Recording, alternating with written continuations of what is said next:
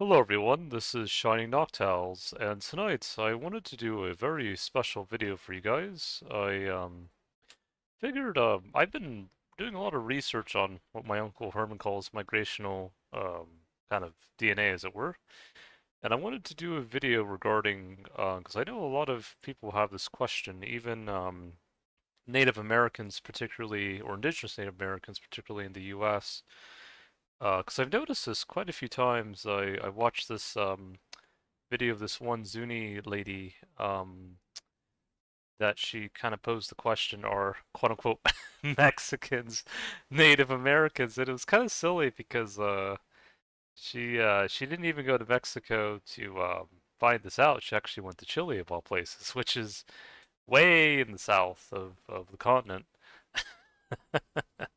And then she found, and I'll see if I can link the video because I think it's kind of silly, but yeah, she found out that the Chileans down there were connected to her, and I'm not sure which tribe she encountered that she had noted the similarity. It could have been the Mapuche, or it could have been another group. But it was interesting to note, and yeah, I figured I'd share that. But I wanted to do this video because I think a lot of people get kind of confused of this kind of. I really think it's a stereotype at this point that are a lot of people have the stereotype that Native Americans are somehow mainly predominantly kind of I'll try to see if I can find a good image of what people tend to kind of stereotype them to be. There's this channel I watch called well, I don't watch them all the time, but oops, my bad. Seems like OBS dropped for a bit there, or my streaming's whatever I stream with. But anyways, yeah, there's this kind of stereotype that Native Americans somehow look kind of like essentially like the Han Chinese, really. And this is not, or maybe more so like, uh, I don't know if I want to use the word like the Mongols or, uh, I don't even want to say it like that. But anyways,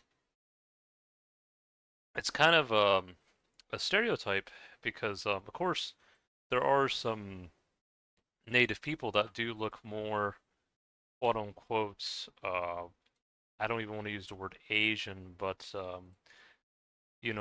like you have the Inuit people actually, and I actually because I did my own DNA a wee while back. Um, Part of my ancestry was actually connected to the Inuit. Like I had North Meso, or rather North American ancestry, and then some Mesoamerican, some South American, and then even some Arctic Amerindian. And that would be connected to the Inuit people, or also people from Greenland. But this is a uh, very small, a relatively small kind of percentage of the native people, of all the native people, from the tip of Alaska to the bottom of Chile. And while they are important and they are part of the history of the native people, the Inuit people were one of the last kind of natives to kind of cross or they crossed into the Americas through the Bering Strait. This is just one segment of people that they don't even necessarily like. I know there's kind of a back and forth. They don't necessarily call them like consider themselves uh, native, quote unquote. Like they can kind of consider themselves their own people. But yes, no, this is often kind of a stereotype, if you will. Which again, it's not it's not necessarily uh, the fault of Fung Bros or anyone else, but I think it's often the stereotype that people they kind of box themselves into without really understanding the full scope of things. Which it happens, but um, and also I want to do well. First off, let me start with the matrilineal lineage of the. I wanted to do kind of a comparison between the matrilineal lineage of East Asia, and see if I can get this here.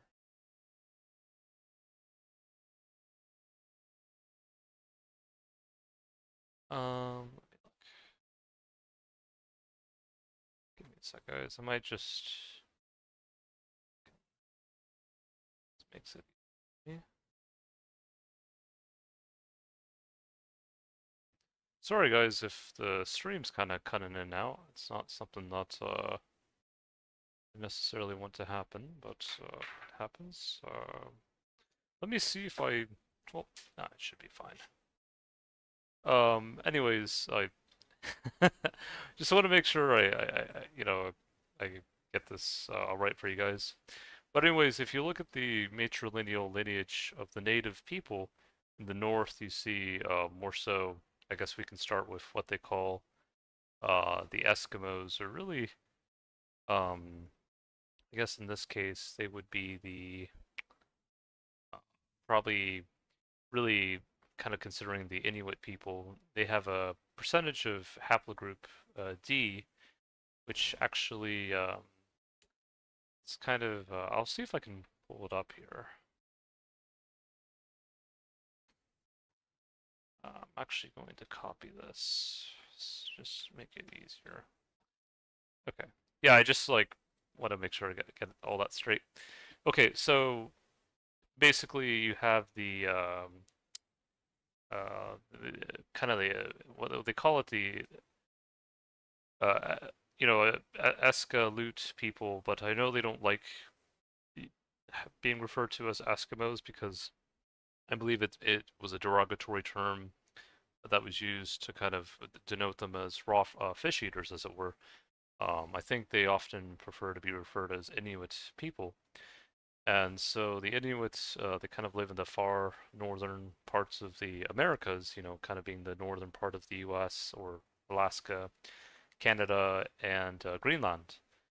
Um, and Again, it was part of my quote unquote native heritage, a relatively small percentage, but still a percentage nonetheless.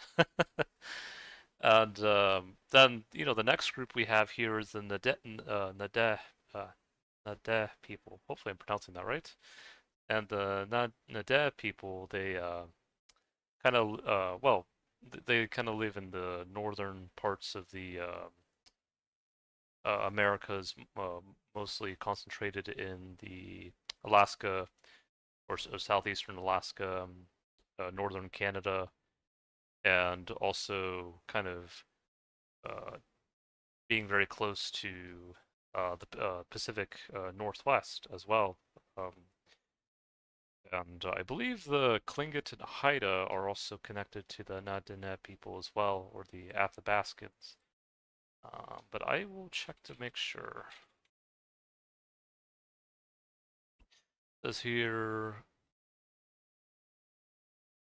Well, actually, the Tlingit and Haida, I think they predated the Na people because they are Athabascan, but they were there definitely before because I'd have to see when they entered the Americas because they came a little bit later.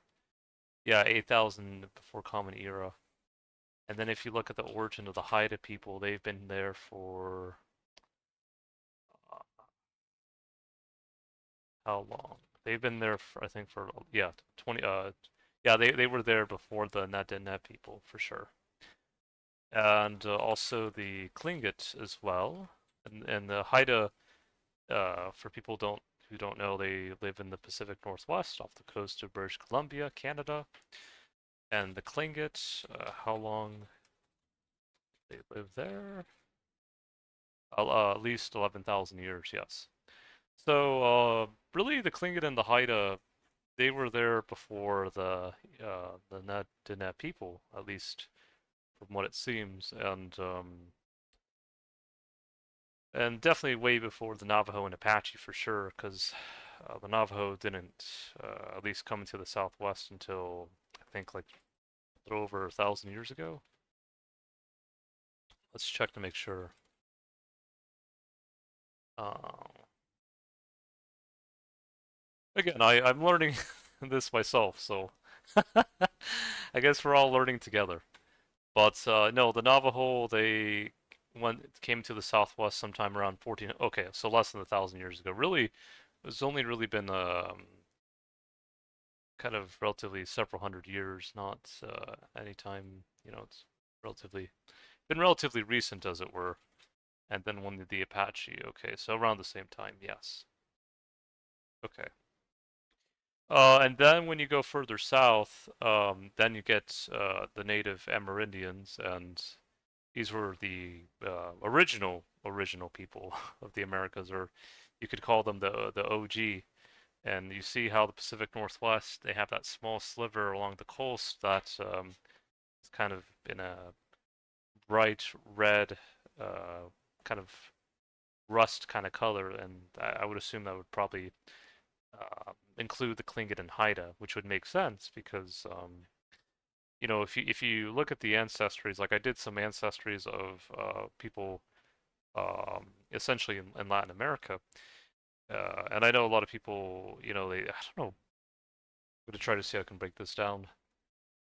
Let me see here. Let's see if I can pull this. Okay, so if you look at the haplogroups of the native people, of course, you have the Eskimos and the Aleuts. Oh yeah, the Aleuts were another group that I don't know when they arrived, but I'll have to check.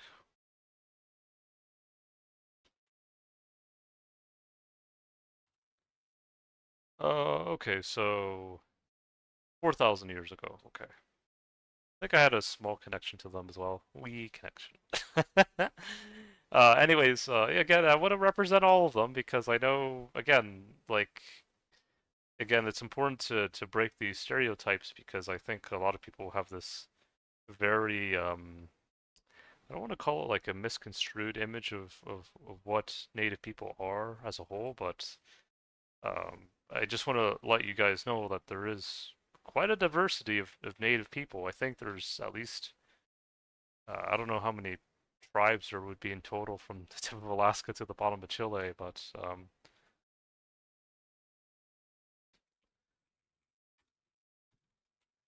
yeah, we can check.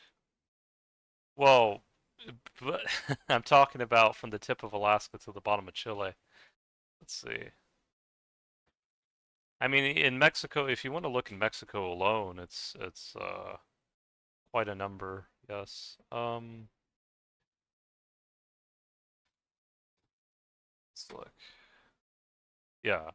So let's just ballpark it to around maybe 2,000, 2,500, maybe even more. Tribes from the tip of Alaska to the bottom of Chile. You know, because again, I like to make it more uh, inclusive. Because really, if you want to, if people want to, I think understand the whole of the native people in general, they can't just say, oh, it's enough to just know the Cherokee and or even maybe the Lakota. No, it's actually, and even the Lakota, they say that, well, they have a saying called Mitakuya Oyasin, which means we are all related. So I think really understanding the comprehensiveness of how wide, or how would I say it? Uh, just really understanding like it's like if you went to Europe and just said, oh, all the Europeans are only just English. No, Europe is more than just people from England. I don't want to just give them a bad rap, so to say, but you have, well, not only Scottish, Irish, and Welsh as well, but you have Spaniards, you have Greeks, you have Croatians, you have Bosnians, you have Italians, you have Greeks, you have Albanians, or, well, uh, if you go to Albania, of course, Germany and France and Macedonia and all these other places, and Denmark and Norway and stuff. And the same thing is true for the Americas, and well, pretty much anywhere else in the world, really.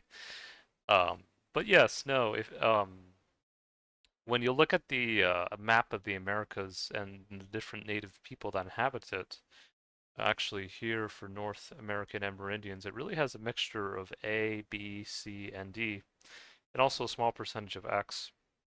But for the intensive purposes of this video, we're going to mainly focus on A through D. And if you look at, let's see if I can pull a map of East Asia, because I know a lot of people try to make this connection between the native people of the Americas and or the red people as I watched this YouTuber called Hiwapatia. That's actually she does a lot of very healing videos on the native people, and I've also seen other native kind of YouTubers kind of talk about how they view essentially the four big kind of quote unquote colors of people, if you will, for them would be like white, black, yellow, and red. And for and basically, I guess what I'm trying to do, making this connection, is kind of showing the kind of connection between the red and or quote unquote red and yellow people. Um, but yeah, no. So or basically the Americas and Asia, or well, eastern part of Asia, if that makes any sense. And you'll see why I'm saying that in a moment here. So if you look at the haplogroups of East Asia, you'll see how haplogroup A, which is commonly tied with the uh, Native American Indian, or really when I'm saying when I'm using that term, it's really kind of like the how do I describe it? Kind of more so like the northern branch of the Amerindian ancestry. So northern branch really being not only Canada and the U.S. but also parts of Mexico as well, because they are also part of North America. The reality is that Turtle Island doesn't end until you get to the gateway of South America, which would be through Colombia, and that's actually where part of my dad's ancestry comes from, and then that would be connected to what they call South America. They would call it Abya Yala, which is land of the four quarters, and it really kind of looks like a shield. And to me, it kind of represents kind of the shield of Turtle Island, or really the people of the Condor, which actually I'll see if, maybe if I could I'll link a video to it, but it's really kind of that balance for for people in the north, or really showing them that we really are all related. And because again, I feel like there's more of a disillusion, or really more of a kind of not as much of awareness in the north of this concept as there is in the south. And I think the reason why it's more so known in the south is because really, as people kept going down south, so to say, there was more of a mixture and mixture and mixture and mixture of natives, and you can see that readily here, for example, with the Amazons, and then also the Andean people, and then the Patagonians down south were quote unquote a little bit less mixed, but there's still a mixture there nonetheless. And the way I look at it is, so haplogroup A is really, if you look here, is connected to, well, Japan is one of them, Korea, but most notably, it's really has a larger connection with Mongolia and Tibet. And so this is probably why, and then also other tribes in Siberia. And so this is probably why you get this whole kind of idea that the Native Americans look more so Mongolian, or something of that nature, because really it comes from that um, haplogroup A kind of, so to say, lineage, or even there's also a connection with Tibet as well. And actually, speaking about Tibet, I think the Navajo people in particular felt a connection to them, and so that's something to also note as well. And not only the Navajo people, but even the people in Peru as well, the Quechua, and I think some of the Amati also felt a connection with them as well. Um, So yes, and then okay, so let's go to haplogroup B, and haplogroup B is very important. Why is that? Because I think this is why, as you get further down south, starting in the southwest and really heading further south into Mexico, I think the reason why there's this misconception of the Mexicans not being quote unquote native, and even I've seen that actually. I was watching a video by I watched this YouTuber from Louisiana, or these YouTubers rather. They're called the Demishens, and it's a black African American couple. And I really have enjoyed their content. And one of the videos they did was kind of the native people from the, I guess what you would call it, um, Native American nations in the U.S. They would, interview, who was native and who wasn't. I think one time they saw a Mexican and they said, "You're not native." But I think that's a very, it's a large misconception. Because the reality is that even though the kind of nation system or reservation system or however you want to call it, even though it wasn't set up really in the same way in Latin America as it was in the US and Canada, they are still native, no matter, it doesn't really matter whether they, as my Uncle Herman would say, he's actually spent over 40 years with the Cherokee Indians or Eastern Band of Cherokee Indians in North Carolina. It doesn't matter like if you have the enrollment card or not. I mean, you still are who you are. That's even what a native elder, Navajo elder, told an indigenous Native American from Mexico that you still are native. It is who you are. But anyways, so if you look at the haplogroups, as you get further south, particularly in the southwest and getting even further south into Mexico, you start getting this more stronger connection with haplogroup B.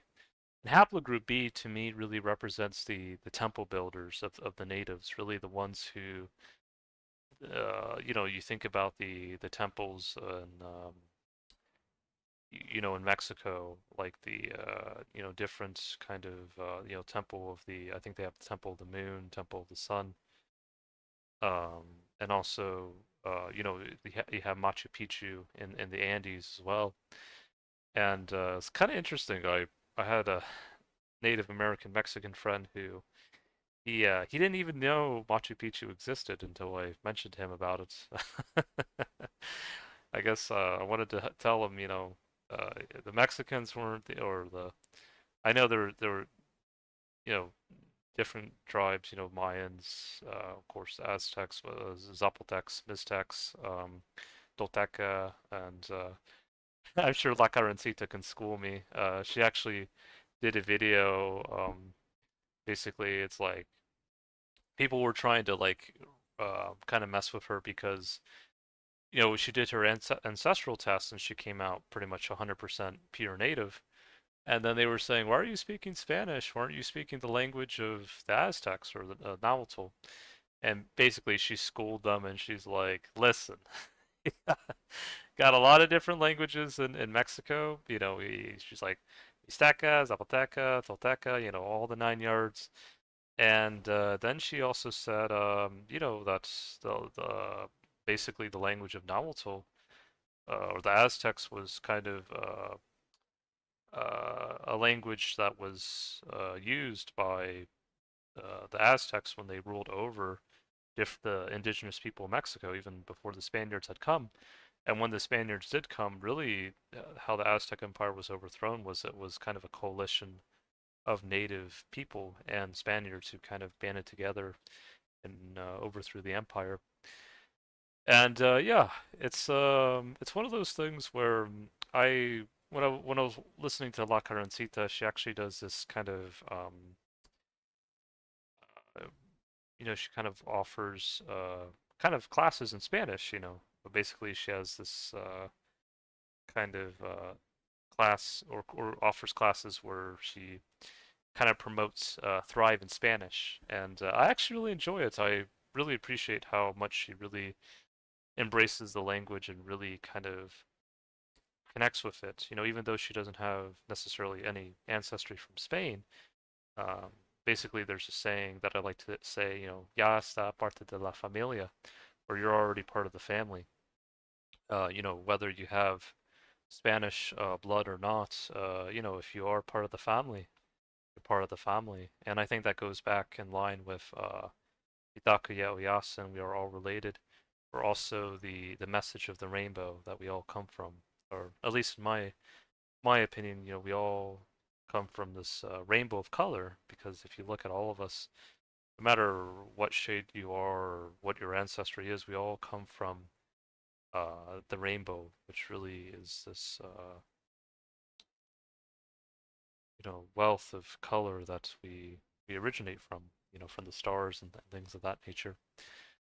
But anyways, no, I wanted to mention that real quick, just kind of as a small tangent. Um, but no, okay, so actually this is really important or really good to share too, because I know Hypatia, she mentioned part of her ancestry was Hawaiian. So I think this really goes in line with breaking the stereotype that all the natives somehow are just these northern, well, um, northern, um, quote unquote Eskimo, Inuit type, you know, uh, tundra folk, or I'm trying to see how I can describe it in a way that it makes sense because I don't want to be insulting, but it's just breaking the stereotype because if you look at the haplogroups in East Asia or Eastern Asia rather, as you go further south, and starting in, well, not only Japan and Korea, but actually it's also there, but in the larger, more broader sense in Taiwan and the Philippines, you see this very large kind of connection to haplogroup B4 and B5. And also, Hawaii also actually almost has 100% haplogroup B. And so that's probably one of the strongest indicators of where maybe the, that maybe there might have been some people from Hawaii who had somehow found a way to travel from their islands to Mexico, and maybe they eventually had settled there. And you see, even though it would have been a long distance, they could have somehow sailed and kind of settled in what is now Mexico and in parts of the Southwest. Um, and so it shows that there was more of a um, kind of a cross in migration, more so than just through the Bering Strait. And I think that is something that a lot of the native elders that I've listened to really kind of try to hone in on. That's really, our people didn't just come from this ice bridge. They came from through other ways, and probably one of the ways they came through was by the sea. You know, so and that really would make sense. It may not make sense to some people, but the only thing I can imagine is they were. I think as the Tlingit people say, they were Polynesian island hoppers, and they probably found a way to you know sustain themselves through the ocean. While they were crossing, they might have fished and were able to sustain themselves off of that until they had reached back to land, as it were. Um,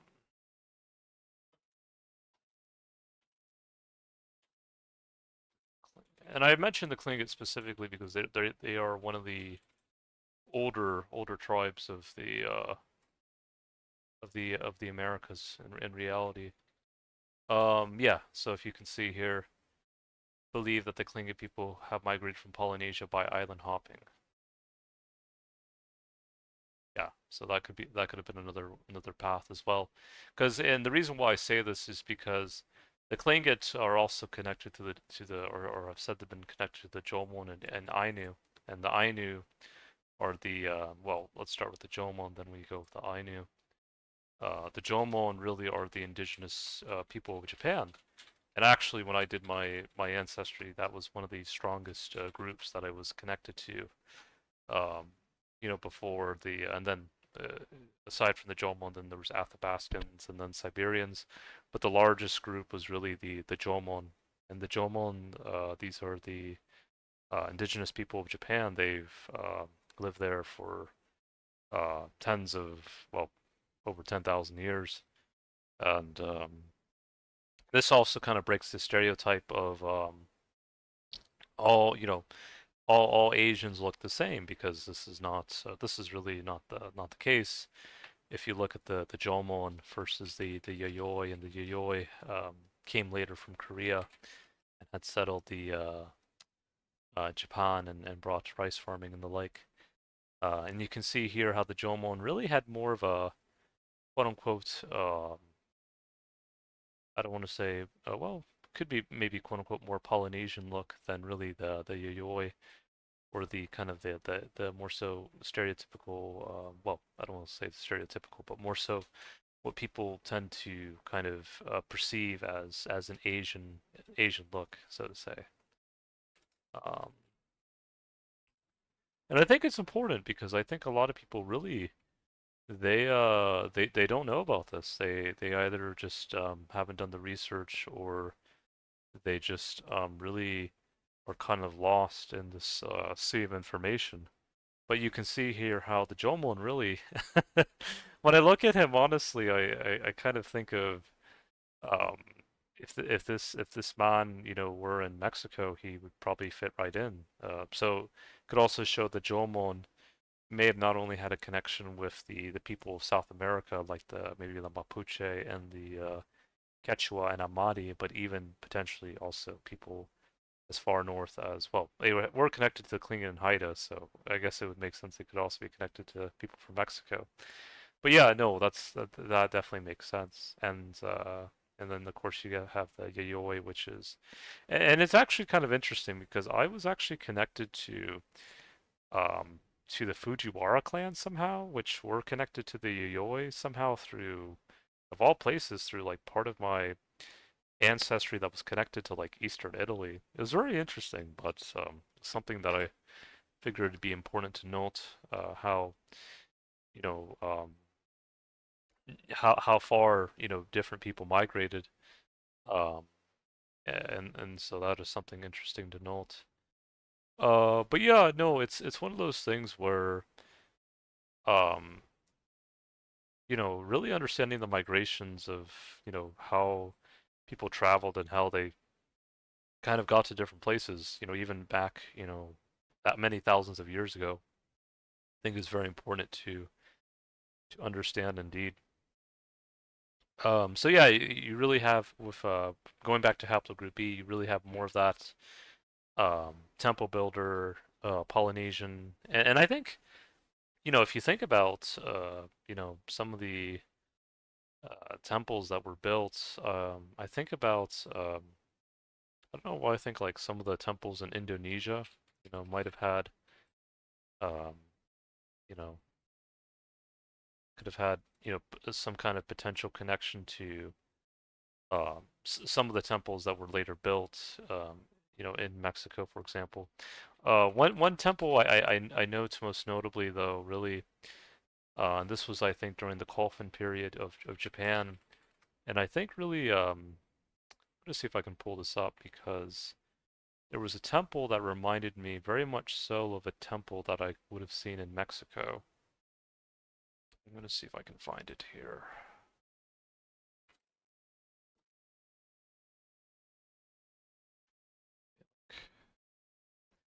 There was one that I saw that was really, um, I'm gonna see if I can find it.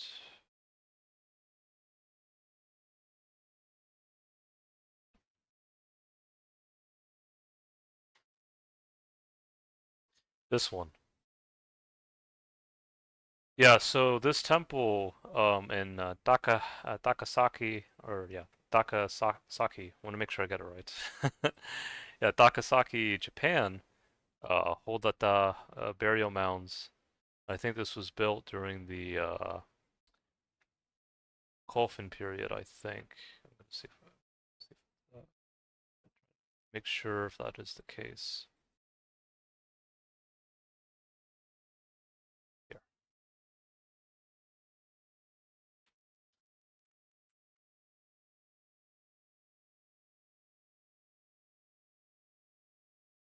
Yeah, this was built 6th century. Okay. So that would have been 1400 years ago. Okay, so if you look at this temple and you look at the temple of the there's a temple in Mexico that reminds me. Yes, Pyramid of the Moon. Look at how similar these temples are. Even the stairways. Look at how they both have this kind of. Of course, it seems like the one in Mexico was a little bit more. Well, I don't want to kind kind of I don't want to reduce the value of the Kolfin temple built in Japan, but notice the similarities of how the temple structure was built with the stairways. Not only the stairways, but even just the kind of overall structure of the pyramid or the temple rather. It looks very similar, even kind of having quote unquote a sort of conal shape in a way. Even though the Pyramid of the Moon looks a little bit more squarish in some ways, there is still that kind of connection with the staircase. And I'd have to see when the Pyramid of the Moon was built. It was actually built before the Aztecs, because even though the name might imply that it was built much later, it actually was built much earlier. Um, and again, this is just mainly information I've researched, but I think it's important to note. So this was built around probably around 250 Common Era. So yes, that is something to note there. And that wasn't even an example from Peru. That was actually from Mexico. So yes, this is one thing to note. Um, let's see here.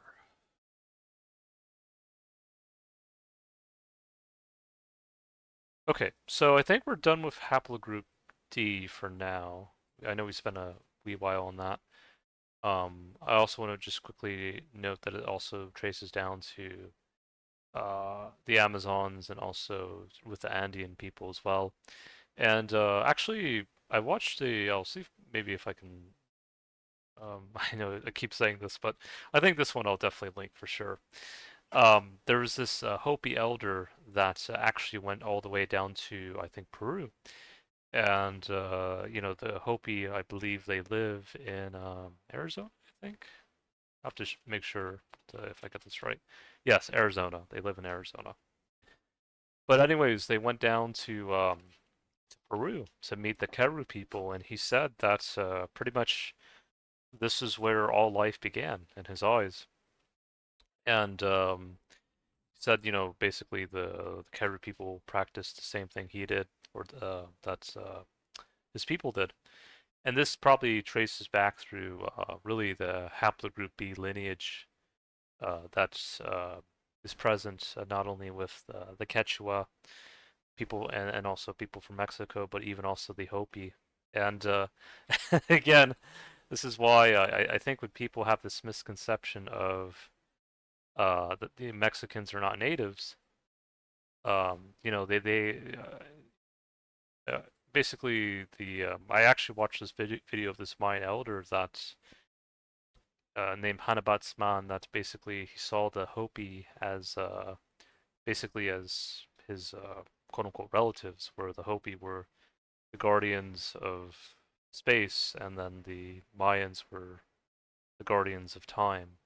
Uh, yeah, the gatekeepers of time, and then the gatekeepers of space. Yes, and really, it's really a connection that I think most people don't really or aren't fully aware of, but this is the truth. And well, I think it's important important to share it, because I you can only stereotype, people for so long before the truth comes out. And I really enjoyed watching videos of this elder He really actually, it's very touching indeed. And I'll see maybe if I can link that. Yeah, Hanabutsman speaks of Hopi elders. Yes. Um. Okay, so yeah, so that's really like covers the haplogroup B lineage, and I think that's the one that's most contested because again, it has more of a really I don't I know like I watch well of course I watch Hypatia. She talks about Lemuria, which really I would try to see how I can break this down because I also watch this YouTuber called Debbie Solaris that also she's talked about Lemuria and she says how Lemuria really it's kind of like the homeland of really uh, it's kind of like the counterpart of Atlantis, where it's really more so like it's located really more so near Polynesia, Australia, New Zealand, that area, more so really Southeast Asia, Southeast Asia, Polynesia, that whole area, and I think really that's was the I think a lot of people they really I don't think they know the kind of like the true story uh, of that region, like or basically all the hidden knowledge, so to speak, if that makes any sense. So yes, this is why I think it's important to speak about that because I think most people don't really or aren't keen about it rather.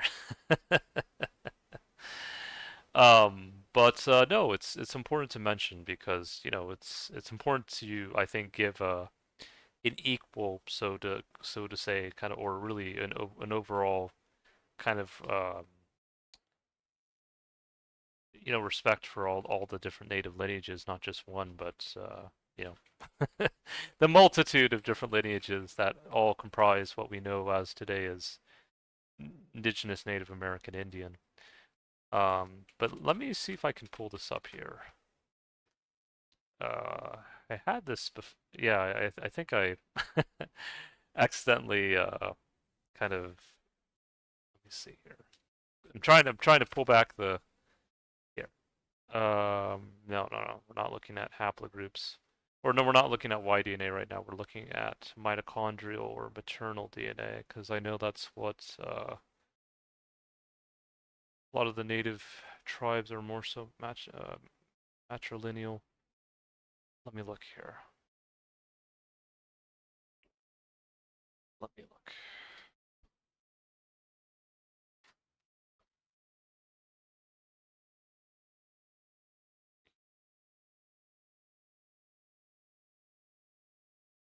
I had it up, and now it's kind of eluding me. We'll find it. We'll find it.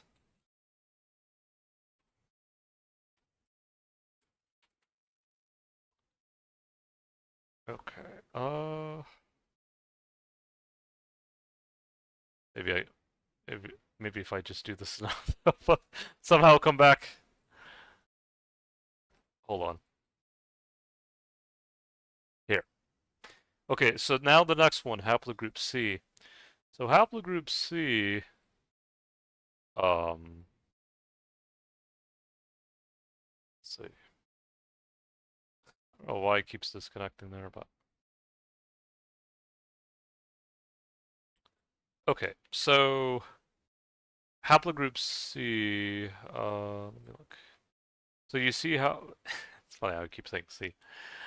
So you see how it's haplogroup C is mostly noted, well, partly in the north. I noticed when I was looking at some records of Eastern Band of Cherokee Indians mitochondrial DNA, part of it traced back to the maternal lineage of haplogroup C. So you see that in North America, or well, quote unquote North American Amerindians, Southwest, as well as in the South, the Amazons, the Andes, and also in Patagonia. So really, the haplogroup C to me is more so really a Siberian, or I think they call it Tungusic kind of origin. I'm gonna see if I can pull up the Tungusic people. Uh, it is said here the Tungusic people are an ethno-linguistic group formed by the speakers of Tungusic languages or Manchu Tungus languages. Maybe that's why when I was doing my lineage, I was connected to Manchurian slash Mongolian because really I think it's going back more so through the Manchu or the Tungusic kind of lineage, which really they are kind of like their own branch of people, so to say. Um, and of course they are native to Siberia, China, and Mongolia, but I don't think they are Mongols, or well, they are kind of like their own group, so to say.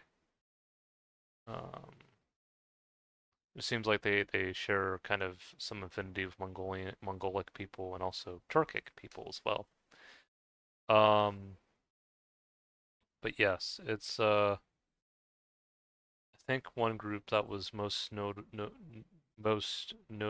or well, a notable group, so to say, I think were the Invik people of Siberia, and these are Tungusic people. This is one example, or several examples rather.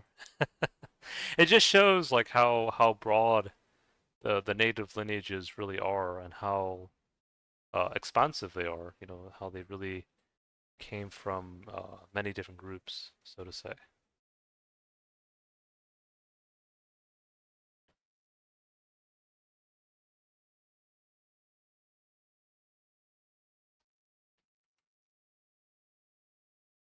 And I think when I was watching a kind of a video between a Mapuche, the Mapuche they live in uh, they're a tribe that is indigenous to Chile and Argentina.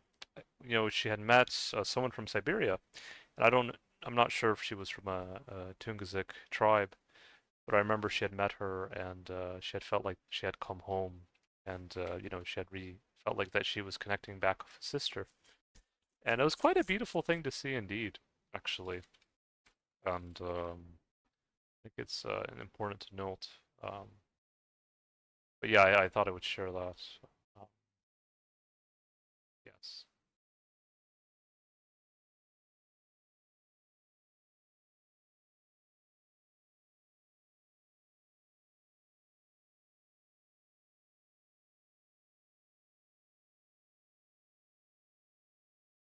Sedentary fishermen and hunters, yes.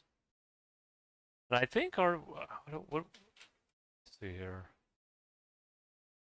I w- I'm wondering if they were also connected to the Ainu, because they were relatively close. Well,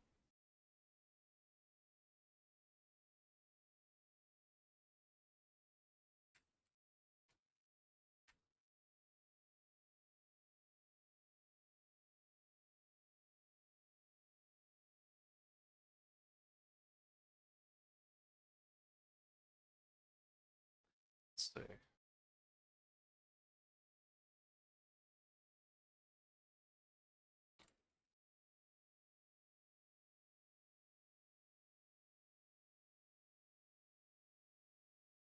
Yeah, so they actually are related to them, to the Invicts. Yes, the Ainu people. Because remember, well, some people may not know this, but the Ainu really, the Ainu of Hokkaido really are not only a mixture of Jomon, or the indigenous people of Japan that have lived there for over 10,000 years, but also later on the Atosk people who had come from more so the northern part of Siberia, and they had mixed and really had become, you know, one group together, both Ainu or both Atosk and Jomon.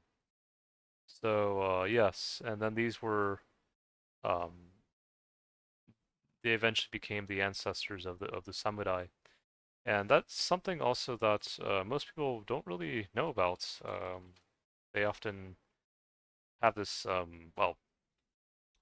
misconception that the samurai uh, came from predominantly the Yamamoto people who had or the Yamamoto who had come into power in Japan, but it really had come from the indigenous people who had already had lived in Japan for a very long time, along with uh,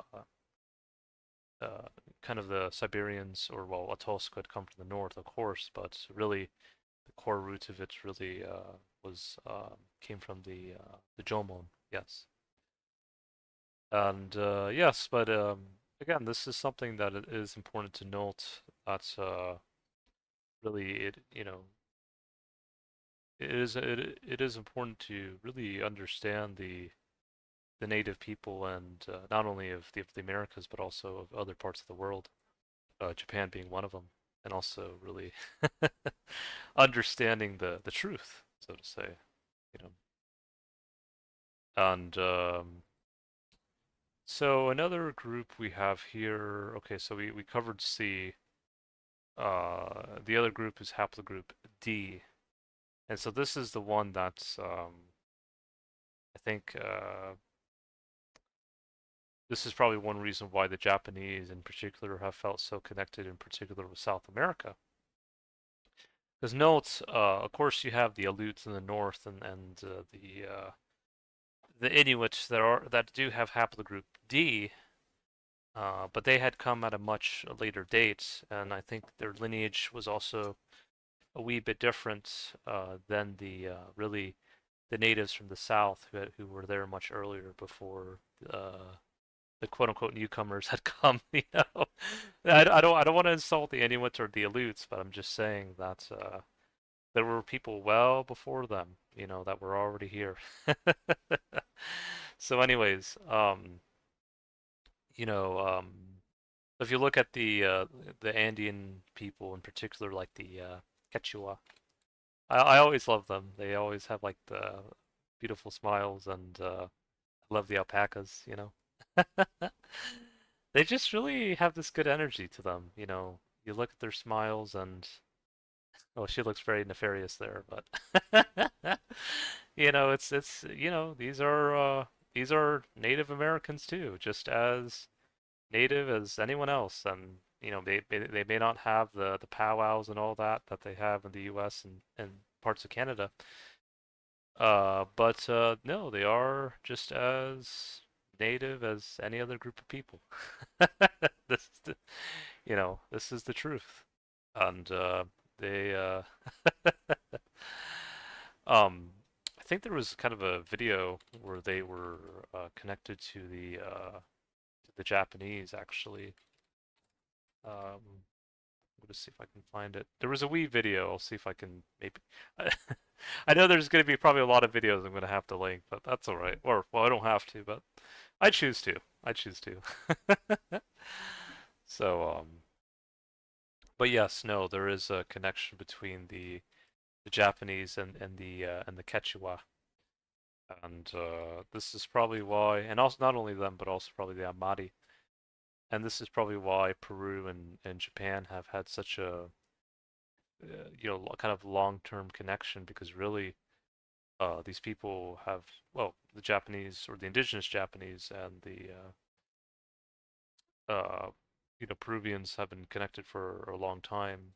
Um, but also not only the Ainu and things like that, but even the Japanese themselves still carry part of their ancestry still has that Jomon ancestry that kind of traces back you tens of thousands or thousands of years, kind of reuniting, so to say, if that makes any sense. And yeah, no, I figured I'd share that. Um, all right. Oh, and then also there was an image of specifically of the Mapuche. If you look at Peru and Chile, because this would also be further south as well. Um,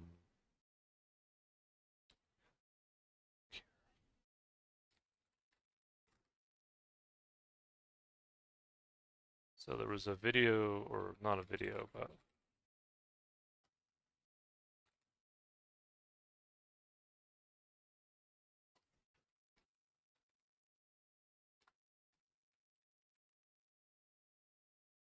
Let me look here.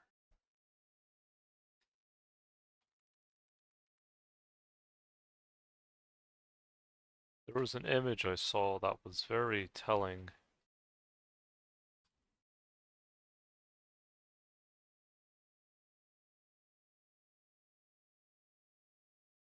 Well, one of it is definitely this, the kind of the construction of the huts and the fire ceremony. But I'm gonna see if I can find it here.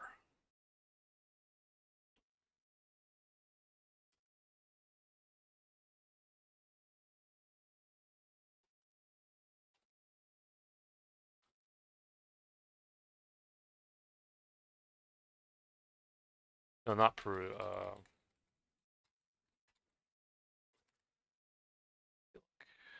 See if I can find it.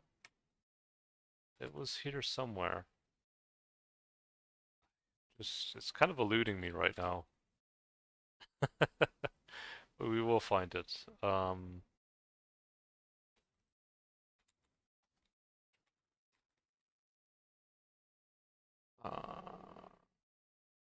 where was it?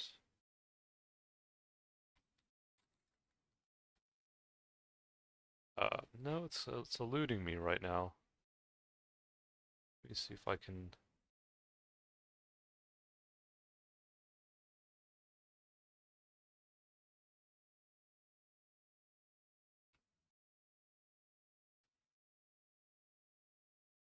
Let me see. I'm gonna see if I can even just here. I know this is a little bit small, but if I can maybe scroll closer.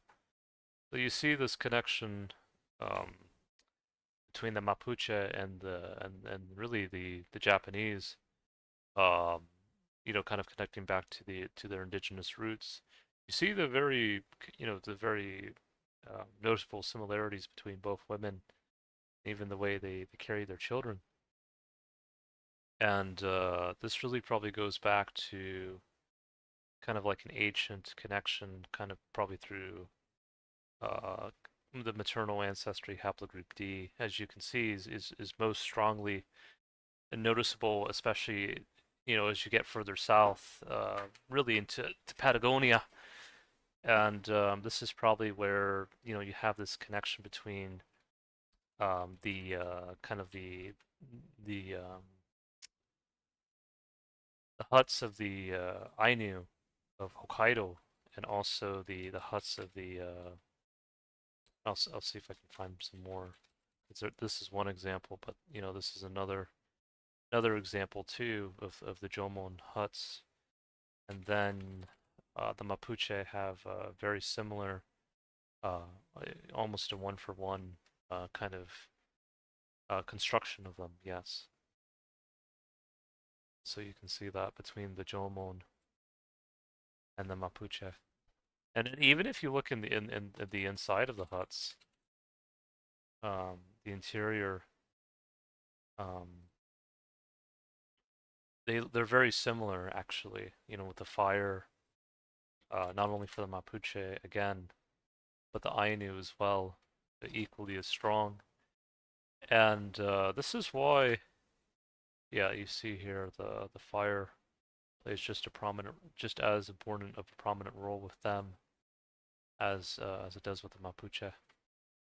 And yeah, this is important to note because I know they've had already done a connection with, like, for example, the Tlingit and Haida of the Pacific Northwest with the Ainu.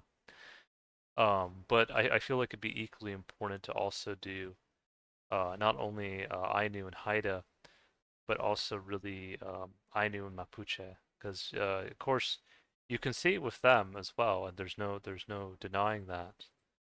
But I think extending the love or extending the kind of the kind of the reach towards further south, I think can also be equally as healing for both the Ainu and the Mapuche, and also I guess also for the Klingon and Haida as well. I actually, one connection I had, that I had years ago, and I actually, you know, reached out to her again, if she wants to rebuild her friendship with me. Basically, she actually was from the Wolf Clan from the Pacific Northwest, and at the time I didn't even know I was part native ancestrally. I didn't know that until later on. And I also found out that I was actually related to her, actually, through the native tribes, because I had uh, you know, some of the ancestry I had was connected to Tlingit and Haida and even Simishen, and I wouldn't be surprised if she was connected to one of those people. She didn't say which ethnic tribe she had come from in particular. I know I read a story about the Wolf clan that was connected to the Simishen, so it might come from that clan or from that tribe of people. But anyways, I remember she always used to call me light and her dark, or your light, I'm darkness, and really kind of she'd always try to say we were kind of like the opposite sides of quote unquote the same coin, if you will. But really, I think what she appreciated about me is that really when I told her, despite the darkness that I face, I still like to help bring the healing light to really, later on the rainbow.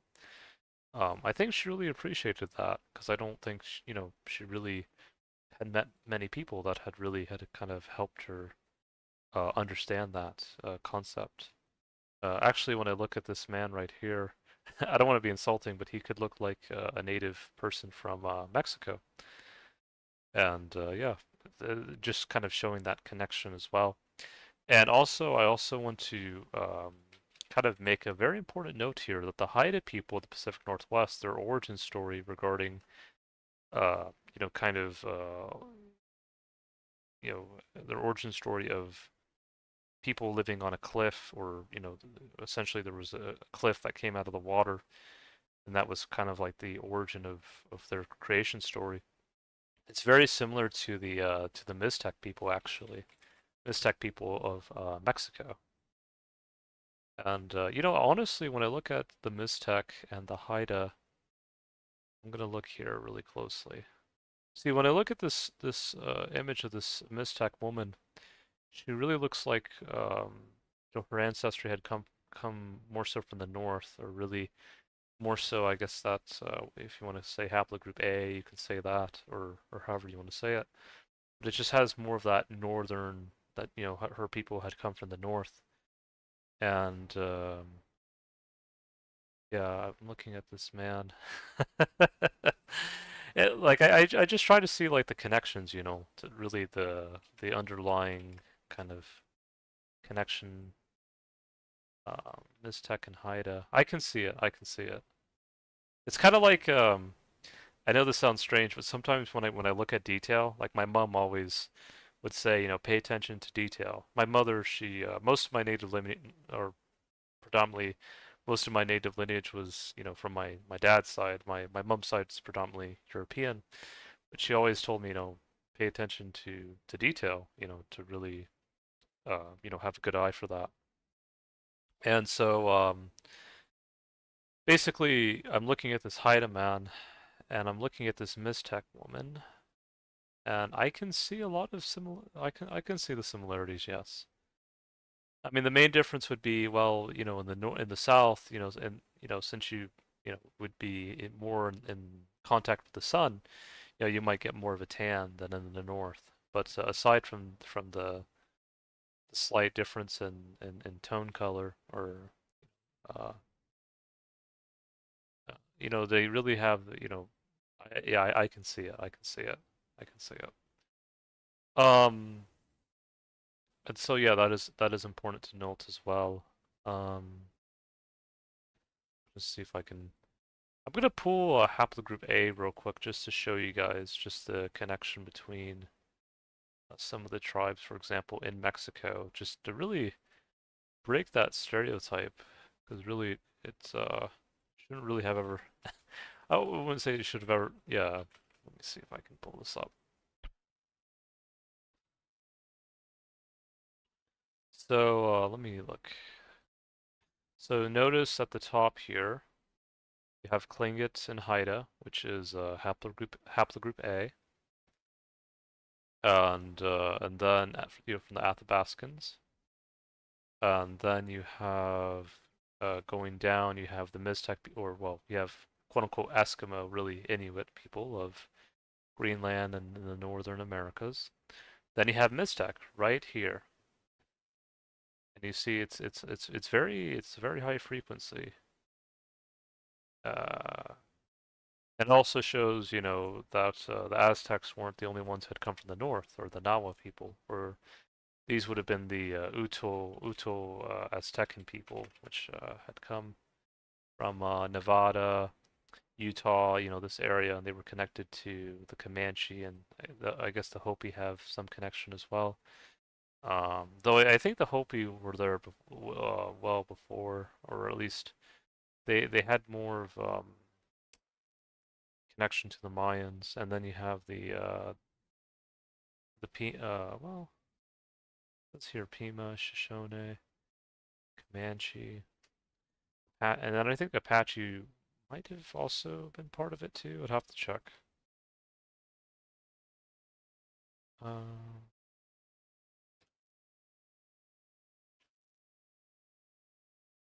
I think Apache was also part of it, or maybe it wasn't. I don't know.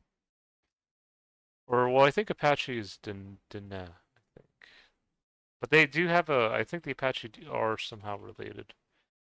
I have to see.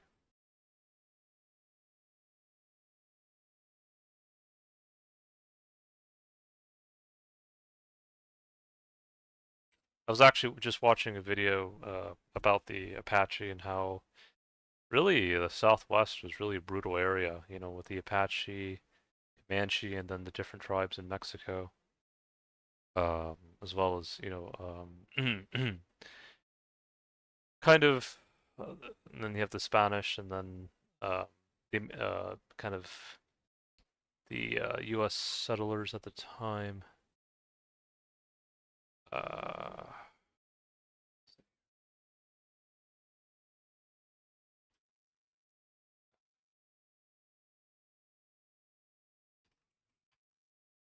yeah, Athabascan, no, but I think are they related? Let me look.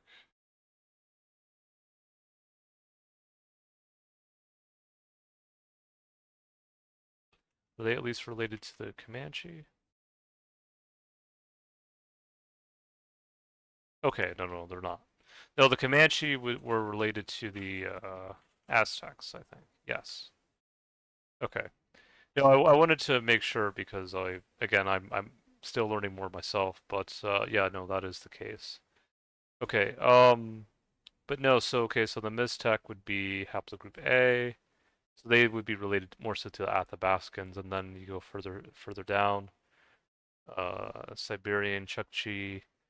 When I think of Chukchi, I think of one elder that I was watching from I think the Turtle Clan, and he used the word Chucky our law, we will have our day. I wonder if Chucky, if that came from the Chukchi people.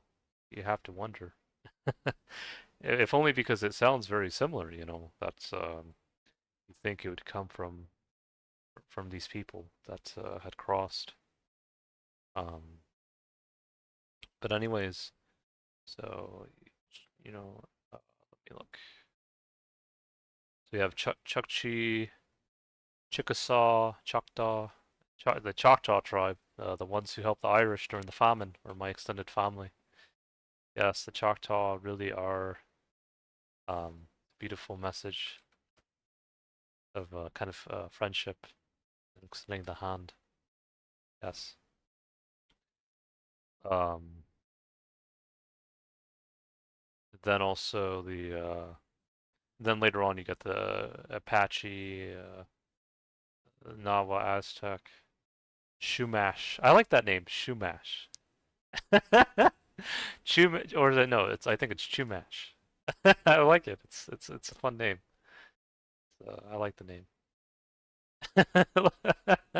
I can see why. Well, yeah, no, it's great. And then of course you have the Mayans as well. Um, and that was also one tribe. I felt like in a past life, I don't know if I was a Mayan elder, but I remember kind of having this vision of kind of meditating on the top of this temple when the sun was coming down, and it was just such a peaceful memory. And I know Hannah Batsman said the Mayans were the children of the sun, so that's something that I you know, it's a beautiful connection. The Mayans are not were not only known in southern Mexico, but also really had most prominently known in Guatemala.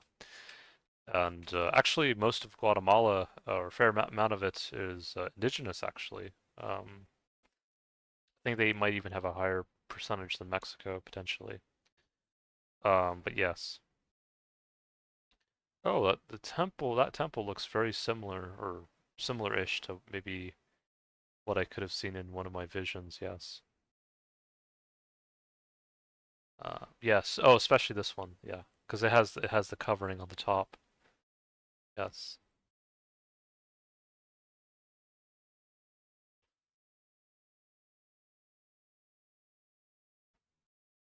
Yeah. And yeah, it's beautiful. Um. So yeah. And then here the Zapotec, are further down. Um, the Zapotec had their own civilization as well. When I think about the Zapotec, I think they were also connected to probably haplogroup B, and maybe had more of that kind of Polynesian, Hawaiian, maybe Filipino kind of a connection. And this is maybe why, some of the, when some people look at Mexicans, they might make that association. Because again, Mexico is really comprised of many different tribes, and the different tribes have different lineages, and so it's important to note that as well. Because I know sometimes people, particularly in Mexico, they might ask, why do you look Asian, or they'll make these kind of comments.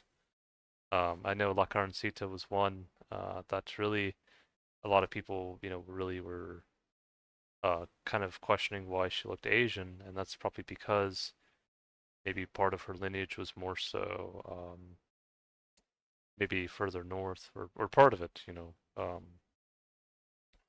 again, there could be a number of other reasons, but that's kind of my guess. So let's see here. Okay, I'm gonna try to see if I can wrap this up. Okay, so we did the maternal lineages, so let's now quickly do the paternal lineages, and those won't take too long. Um, so if you look at here, haplogroup Q really is the main paternal lineage of the native people, and really it's spread throughout all of the continent, aside from maybe the northern reaches of Canada and also Greenland to an extent. Well, at least in this graph, but it's I'd have to double check that to be honest, but yeah, no. Actually, it does reach. Yeah. No, no, okay. So no, it actually does reach Greenland and the northern parts as well. But no, it's prominent really all throughout the Americas, but really becomes darker, relatively speaking, the further south you go. And this haplogroup really came from, or part of its origin was thought to have come from Central Asia, and parts of, uh, I guess more so Western Mongolia and parts of Siberia. And why is this so important? Because it was found out that uh, the Hungarians, or well, part of the Hungarians, their lineage comes from a Turkic lineage, which goes back to haplogroup Q, and that same that same haplogroup is also connected to the Native American Indians. I'll see if I can. I actually posted this to my, or shared this with my Scottish Canadian Hungarian friend, and I think it's very important to share this with you guys. See if I can pull it up.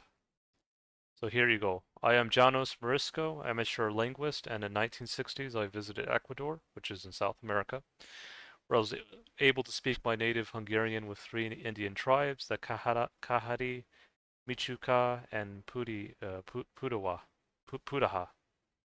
Hopefully I got that right.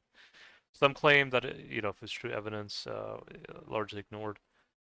This was in the 1960s, but then eventually they found out that or they openly admitted there is a connection, and that is further verified by the Y-DNA or the paternal kind of haplogroup, so to say. I think there's a YouTube video regarding it as well, and I'll see. I'll try to see what videos I'll end up ultimately linking, and we'll go from there. Because I don't, yeah, I don't want to overload it too much. But yeah, there is that connection. Um, and let me see here. Yeah, so basically that would be more so the kind of a Central Asian Siberian haplogroup. And you can even see it in modern day Europe, where you still have the haplogroup Q that is connected to Central Asians, Native American Indians still in Hungary to this day, and other parts of Europe, more so in the east. But yes, there is still that connection.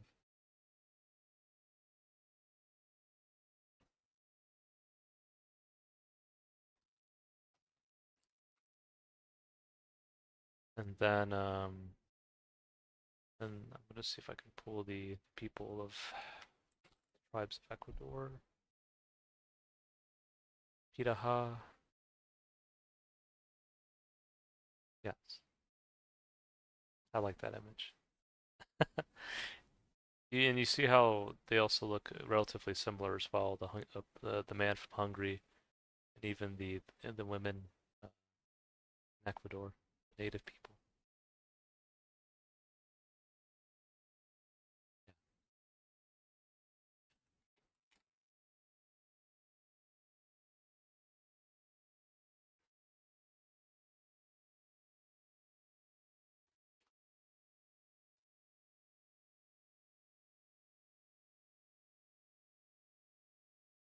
This reminds me a bit of a Kabuto mask, actually.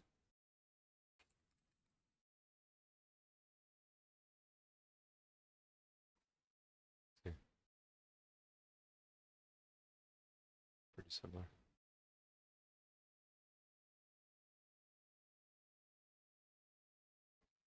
Anywho, so yeah, I thought I would share that. So that'd be haplogroup Q, and then haplogroup C. This is probably another reason why they get more so the connection with the more so like a Mongolian kind of a look, or quote unquote Asian look.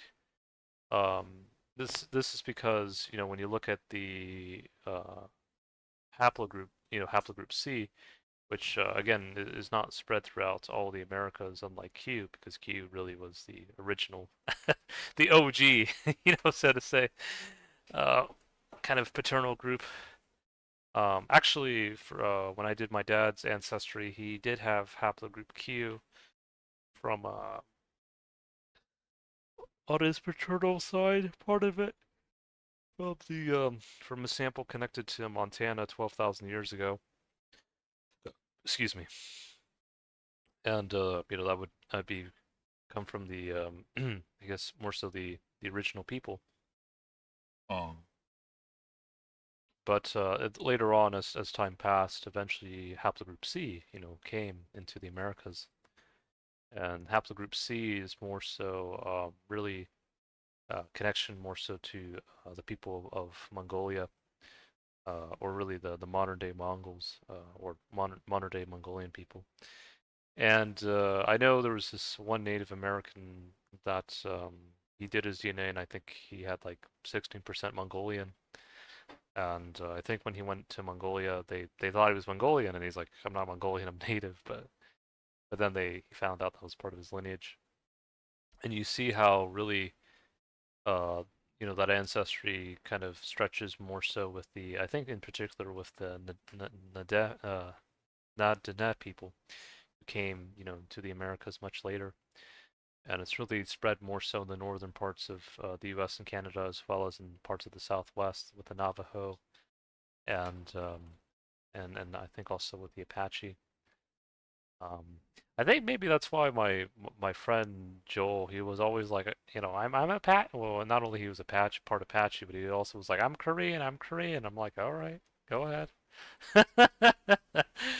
It's fine either way, but I remember that was something he was pretty into, I guess. Um, anyways, it's just it's really silly, but it's just something I'd like to mention. But yes, no, it's something important to note. I know Joe's mom. I remember when I went to actually I had spent time with Joe and his sister for their birthday. I remember we were walking around nature and I told Joe, I feel really connected to the trees here.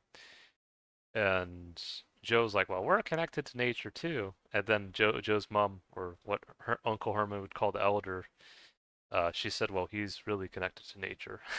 So something I remember. But no, Joe, he's been a long time good friend of mine. And I remember one time he kind of said, I'm not just Irish, I'm also Apache. And I can say, well, you can be both. And I think he's come to accept that. But yeah, I know Joe's mom said that his or her grandmother was Apache. So but anyways, thought I would share that. Um, yeah, I remember when I met her. Well, when we were eating at an IHOP years ago, we had a friend that was kind of babbling about I don't know what it was, but she just looked at me and she's like, "Say my name," and I'm like, "Is your name Debbie?" And she's like, "Yep, you got that right." And I remember that. That was kind of funny. But yeah, so other than that, I think that was it's pretty much kind of I think where I'm gonna end the video. Aside from maybe I think the only other thing I'm gonna show is maybe like a Mapuche drum, kind of showing the four directions. And I know Hywopatia and other native elders have done this in this video where they show the four different directions. Here's kind of a Mapuche drum as one kind of an image. Then there's I'm gonna see if I can pull the Hungarian shaman drum. I think they have something very similar-ish. Yeah,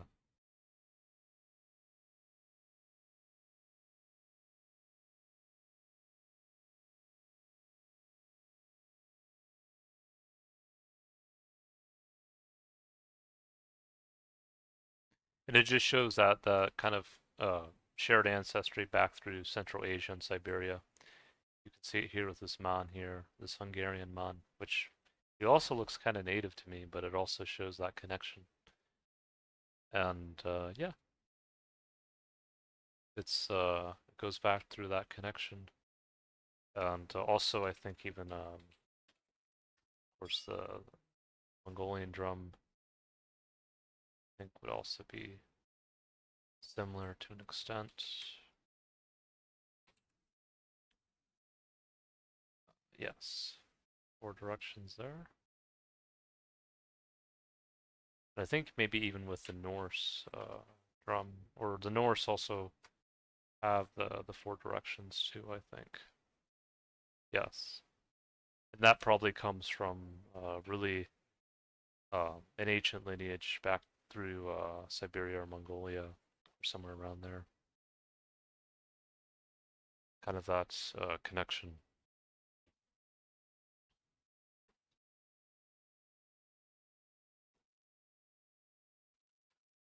Yeah. Makes me kind of think of the Vikings when they had went to Greenland as an example.